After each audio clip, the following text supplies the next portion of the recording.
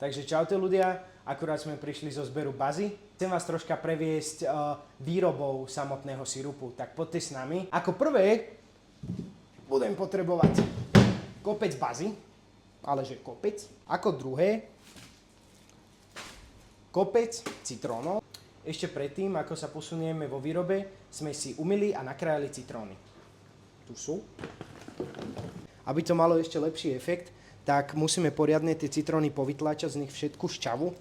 Takže citróny máme odšťavené, teraz sa následne pridá iba prevarená voda a necháme to na noc odpočívať, aby sa spojili všetky chute.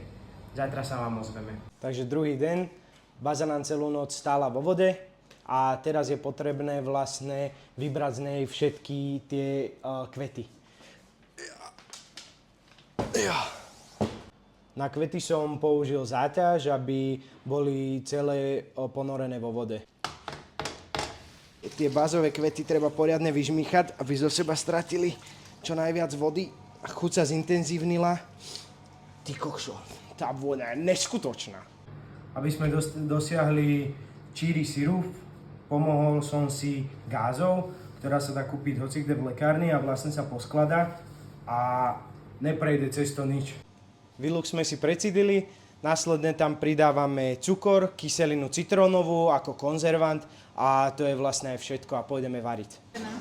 Tento sirup sa nám varí, fľaše sme si sterilizovali a pôjdeme nalievať.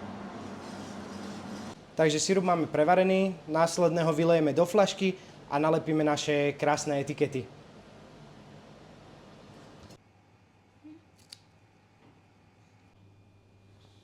Takže náš sirup je hotový. Tento sirup není vhodný len na osvieženie alebo sladkú chuť, ale takisto má imunitné a protizápalové účinky.